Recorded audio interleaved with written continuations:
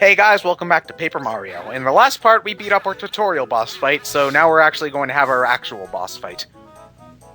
Also, I forgot to mention this last part, but the mini-boss music in this game is actually just called Hey, You! Okay. So... yeah. Wow. That's... Meanwhile, at Dick Castle... That is the dinkiest looking castle I've ever seen. I don't know, have you seen the fortresses in the Mario overworld? Dude, Well, that at just least looks like... bigger on the inside. King Goomba's castle just looks like a really grandiose outhouse. Well, that's basically what it is. That was just sort of a bridge, a building that was next to a bridge. I was about to say, mind you, you do know what the Goombas are, right? It's kind of hard to build without hands. Well, they can telekinese baseball bats. They should be able to telekinese hammers and stuff, too. No, their telekinesis is very specific to only bats. They have telekinesis or something. All hail the Derpinator.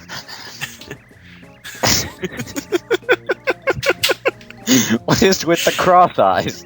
All rise for King Derp. Which is weird, because they brought him back from Mario 64 DS.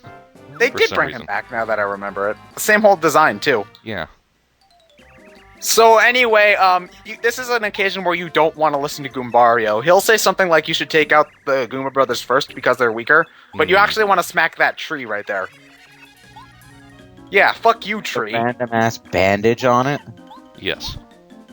I think that's supposed to indicate that you can select the tree. I mean, it's not like these guys are all that hard, even if you try to fight them normally. Because really, none of them can do any more than 1 damage. So. Also, I don't think the bandage is a good enough. I don't think the bandage is a good enough indicator though to actually attack the tree. Well, it sort of sticks out.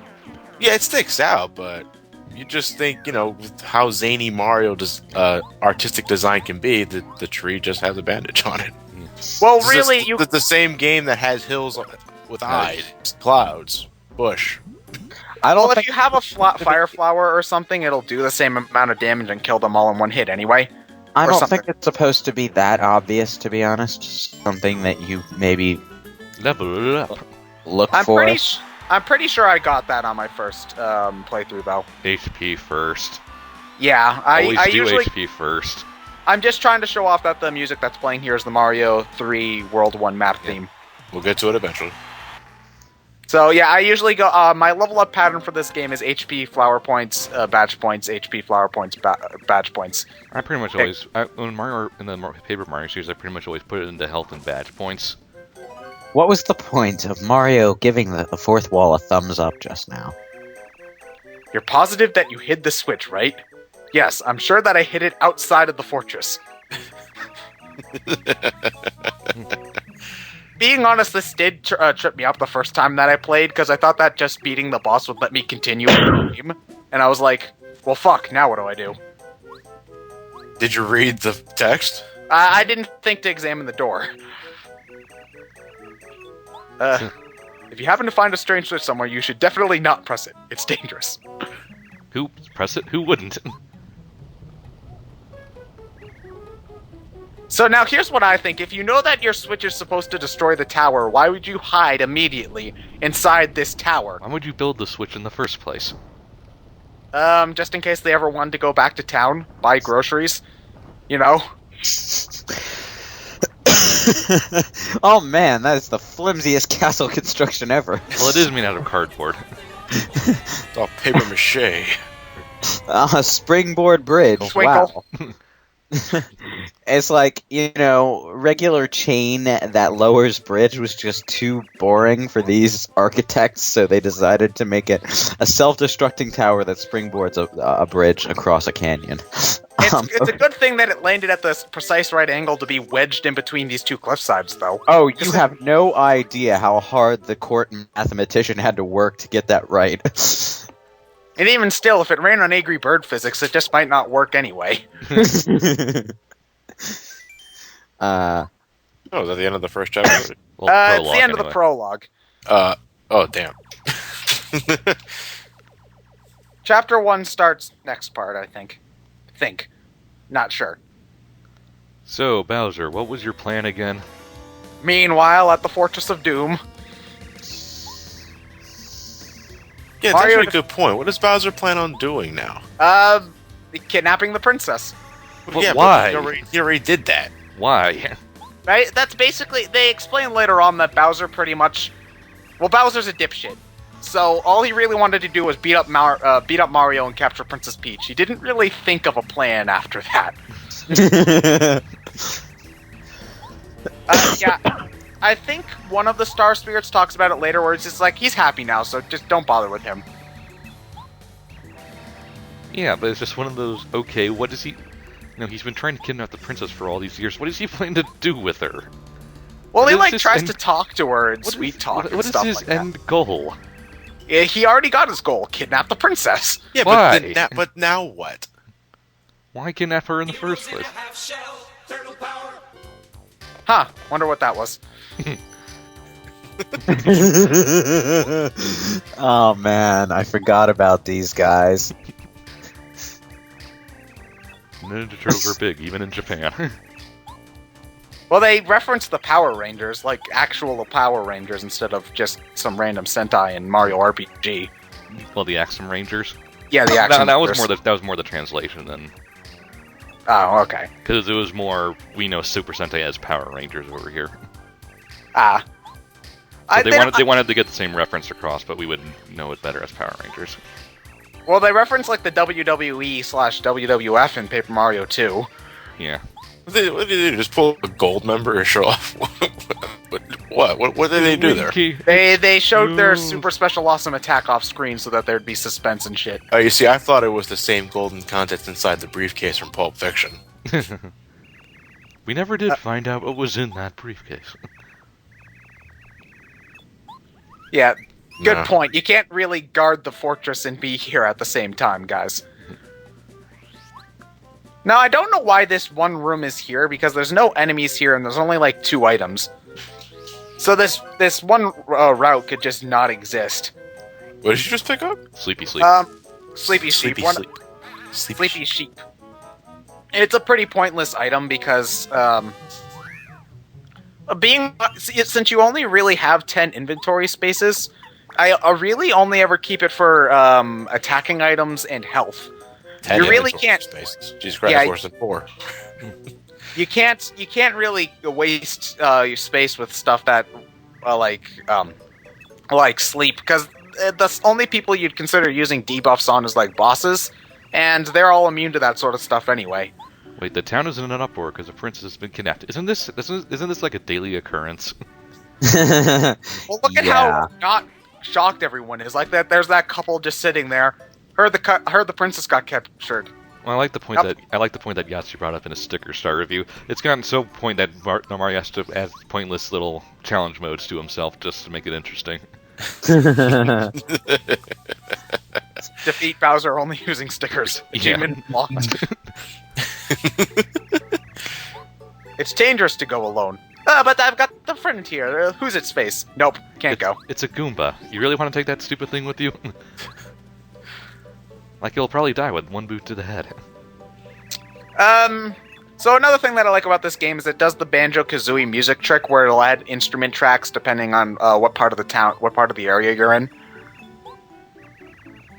So, like, What? here, You mean like Yoshi's Island? Like the further you got into the world, the more instruments were added? Yeah. yeah, like when we're next to the Flower Garden, the Toad Town theme will get like a different instrument track. So I do like it when games do that. Though I find that a lot of games don't do that recently, though I can imagine that's just because it's harder to pull off when you're using actual orchestral tracks. Okay. I know. Skyward Sword did that in its shop area, but that was it. Yeah, I could clearly jump over that debris. Post office.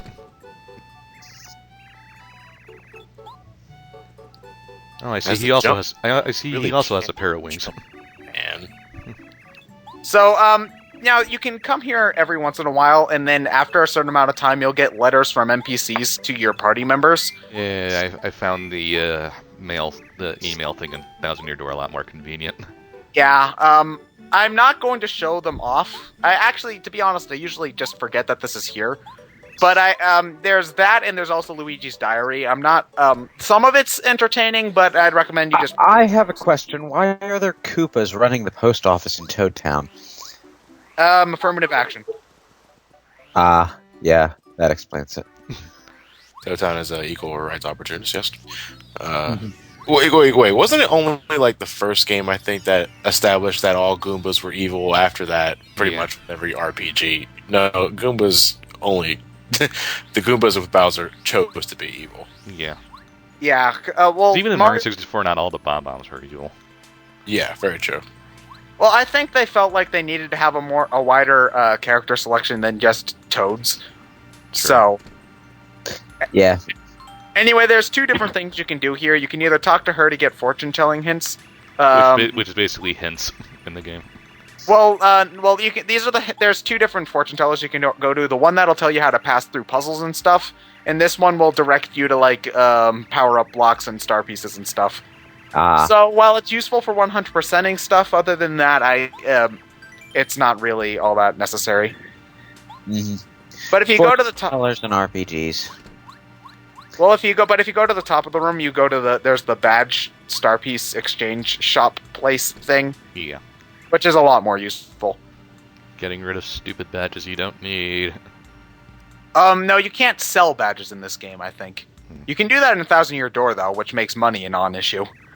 Yep. I don't think that I have enough to get anything useful at this point, though, because I've got, like, 3. Well, I mean, I guess chill out. You're going to want Feeling Fine and Zap Tap. Those are the two that I would recommend getting most. Gotta love these item names, though. Money.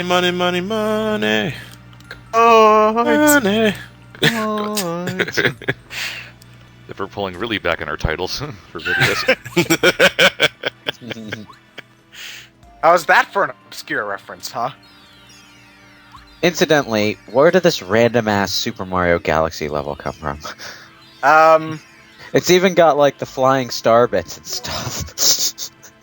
I do like this background music, though. The Shooting Star Summit? Yeah.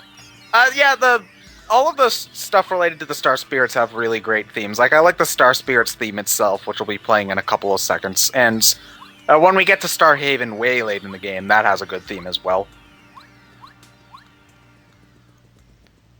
Welcome to the Comet Observatory. Wait.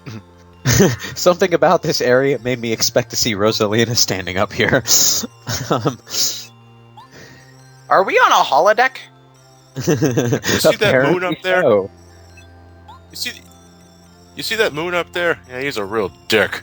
You do something about that? Oh, what? You can't turn back time? Sorry. Well, there's this little green kid I know. He can do it. No, I'll contact this fat man with the mustache. He has a giant cannon. He likes blowing up moons.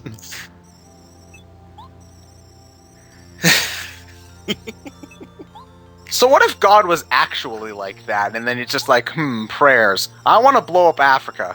The dick. I'm gonna ignore him. Does he just like have a... Have you ever seen Bruce Almighty? Yeah. Answer all prayers. All. Yes. And he collapses the economy because everyone who wanted to win the lottery won. And he was only in charge of the... Mario's wish at the end of all this is just for some good Colombian coffee. Wish granted.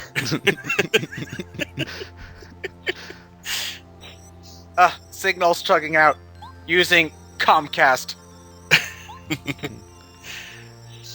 Please remember to set DVR to record. Reverting to 56K.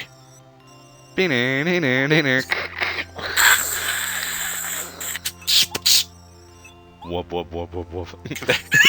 Dubstep, what? I can't tell the difference. Help me, Obi-Wan Kenobi.